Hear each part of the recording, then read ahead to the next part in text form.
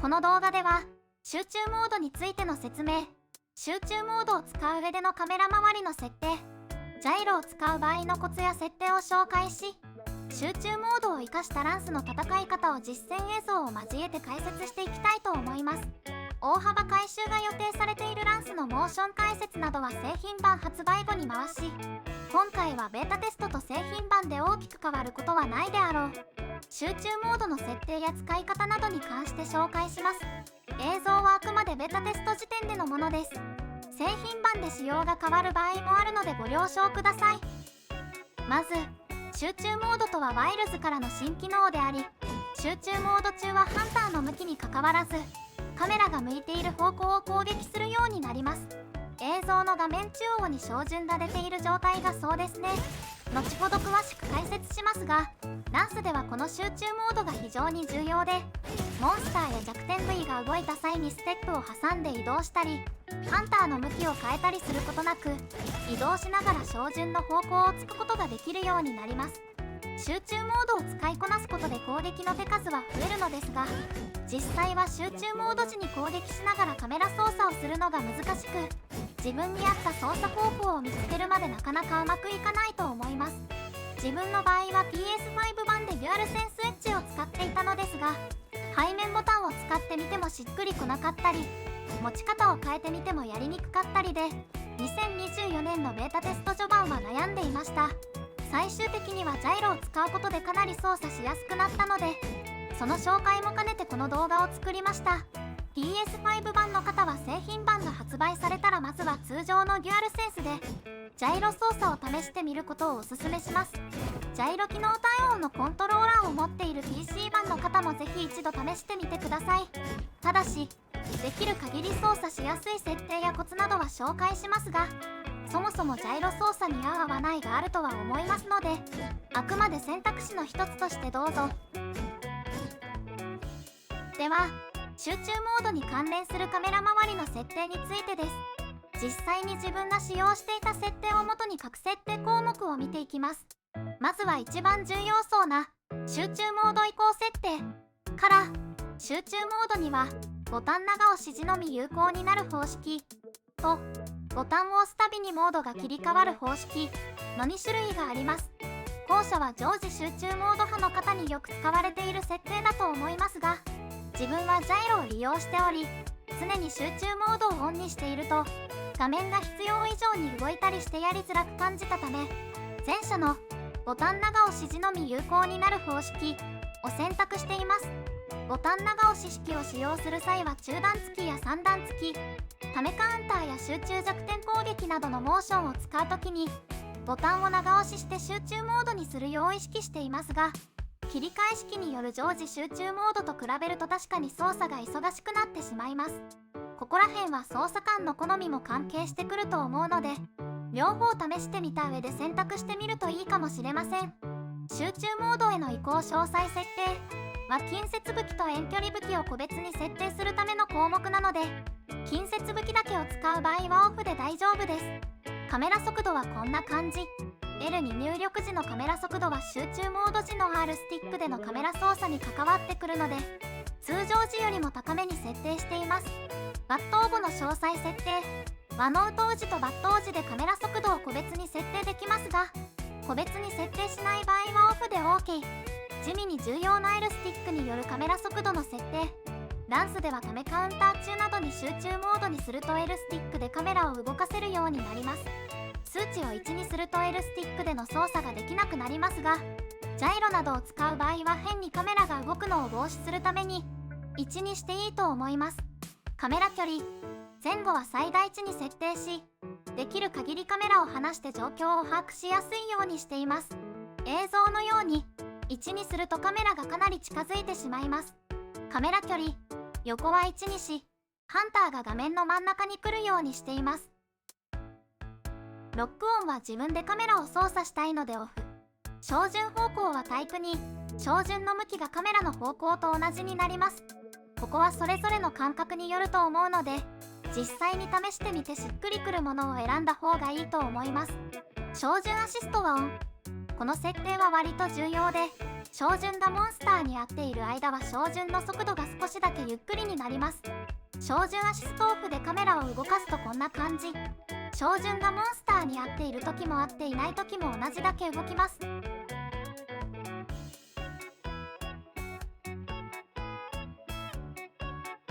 照準アシストオンにしてオフの時と同じくらいカメラを動かすとこんな感じ。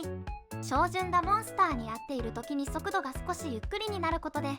弱点部位を狙いやすくなると思い、オンを選択しています。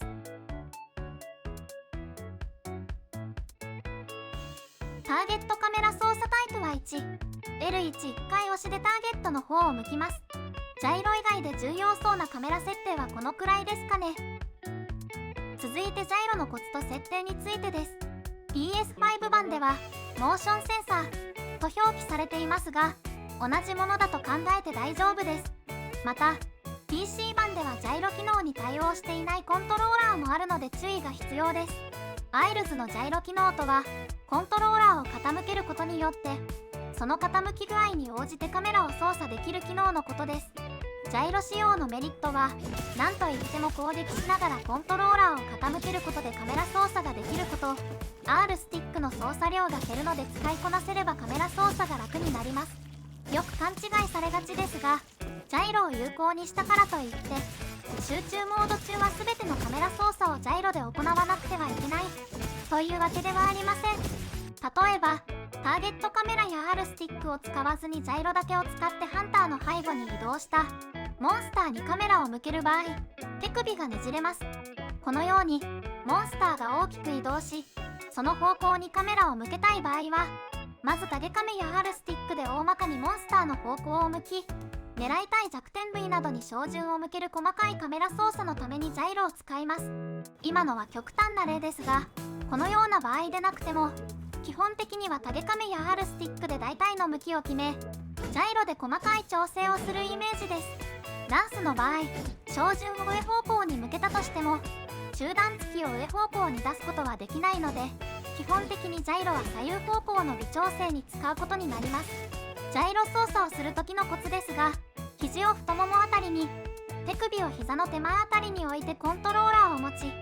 手首だけを軽く動かす感じがやりやすいと思います。少し前傾姿勢にはなります。手首を置くことで視点が安定し、コントローラーのボタンを押した時などに視点が揺れるのを防げます。手首だけを軽く動かすのでカメラ操作の微調整もしやすいです。続いてジャイロに関する設定項目についてです。と言っても設定する項目はさほど多くないです。まずモーションセンサーによるカメラ操作を有効にします。操作を有効にする場面は L に入力時のみ有効。こうすることで集中モード中のみジャイロ操作が有効になります。ジャイロを常時有効にすると集中モードが必要ない時までジャイロでカメラが動いてしまうため、 L に長押し時のみ有効がおすすめ。これもあって自分は先ほど説明したようにボタン長押し式の集中モードを使っています。通常時の操作感度は使うことがないと思うので適当に常時集中モードにしたい場合は設定の必要があるかもしれませんが、確認していませんでした。 L に入力時の横感度は18、縦感度は12です。縦感度の方を横感度よりも低めに設定した方がしっくりきました。その他の項目については特にいじっていません。操作反転については自分の感覚に合う方を設定してみてください。続いて実践映像を交えて集中モードを使ったランスの戦い方を見ていきます。一番重要な移動しながらの中段突きです。中段突きを左右に移動しながら使えます。上段突きには対応していません。ちなみに後方へ移動しながらの突きも使えますが、これは集中モードじゃなくても一応使えます。これは集中モードあり、これは集中モードなし。集中モードなしだとステップや何かしらの攻撃の後でないと1突き目から後方へ移動することはできなさそうです。集中モードなしの1突き目から後方へ移動しようとすると映像のようにハンターが後ろを向いてしまい、その方向をついてしまいます。集中モードなら1突き目から確実に後方への移動突きが使えるため、基本的には集中モードで使うことになると思います。注意点としては、中段付き3を左右または後方へ移動しながら使うと威力やモーションが中段付き1、2と同じものになります。ほんの少し隙が多くなりますが、スティックを入力していない状態、あるいはスティックを前方に倒した状態で中段付き3を使った方がダメージは大きくなります。さて、この移動付きですが、マイルズのランスではこれをメインに立ち回っていくことになりそうです。移動しながらつけるということは、位置を微調整するためのステップが必要なくなります。ステップを挟まなくてよくなると、その分手数を増やすことができます。戦いやすい位置をキープできれば被弾も抑えられると思います。モンスターの体の下に入り込んでしまった場合なども、後方に下がりながらつくことで頭の前まで抜け出したりもできそう。また、移動付きは集中モード中に使うので照準の方向についてくれます。これについても、ハンターの向きを変えるために突きを一旦止める必要がなくなり、手数が増やせる要素の一つだと思います。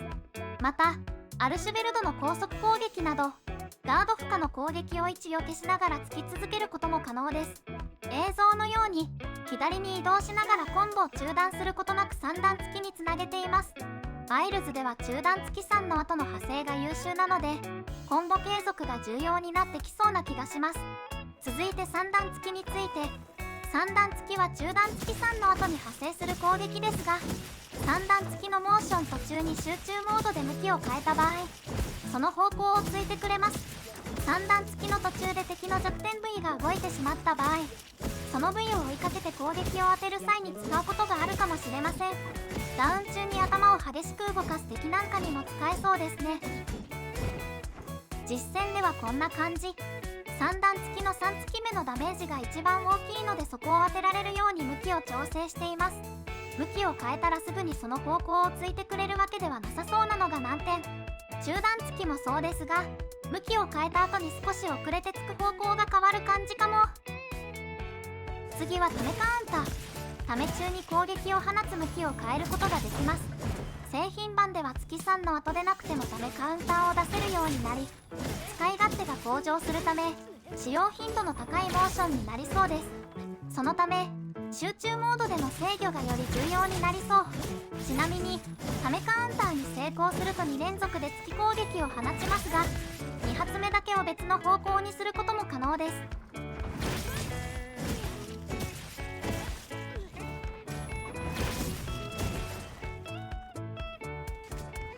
使いどころはこんな感じ。基本的にはためカウンター中に狙いを定めます。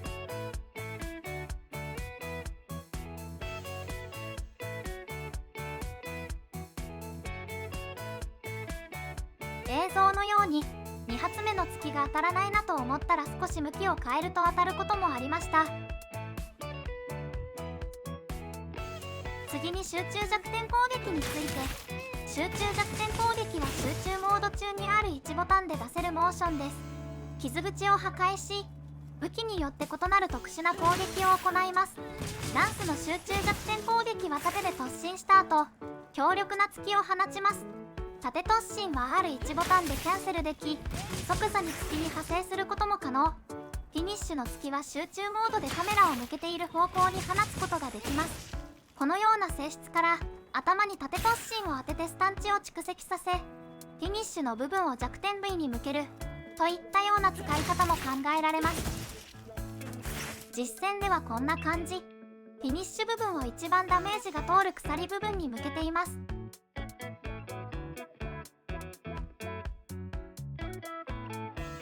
頭に盾突進を当ててフィニッシュ部分で弱点部位を狙うのはこんな感じ。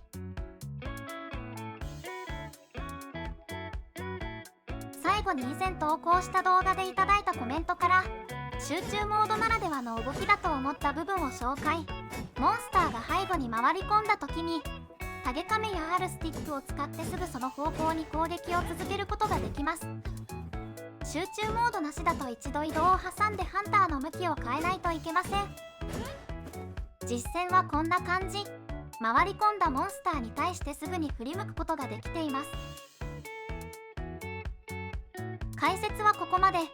集中モードを使いこなすのは難しく、使わずともある程度は戦えると思います。